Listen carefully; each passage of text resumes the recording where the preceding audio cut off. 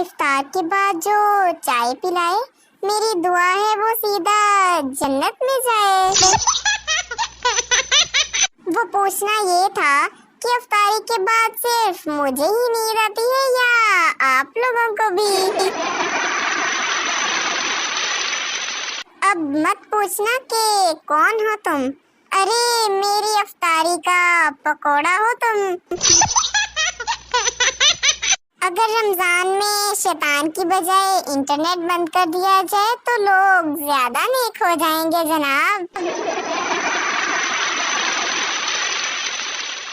इफ्तारी से पहले चला नहीं जाता और इफ्तारी के बाद तो हिला भी नहीं जाता।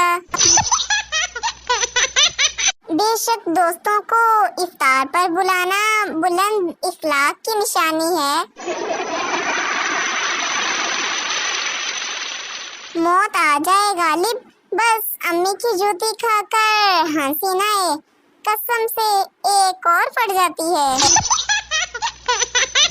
शुक्र है इफ्तारी का ऐलान लड़कियां नहीं करती, वरना मेकअप करते करते ईशा हो जाती।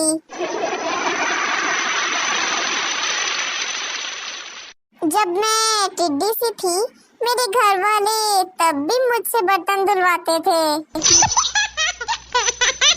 अच्छे दोस्त रमजान के पहले अशरे में ही इफ्तारी पर बुला लेते हैं, फिर बताएं कब बुला रहे हैं आप मुझे इफ्तारी पर।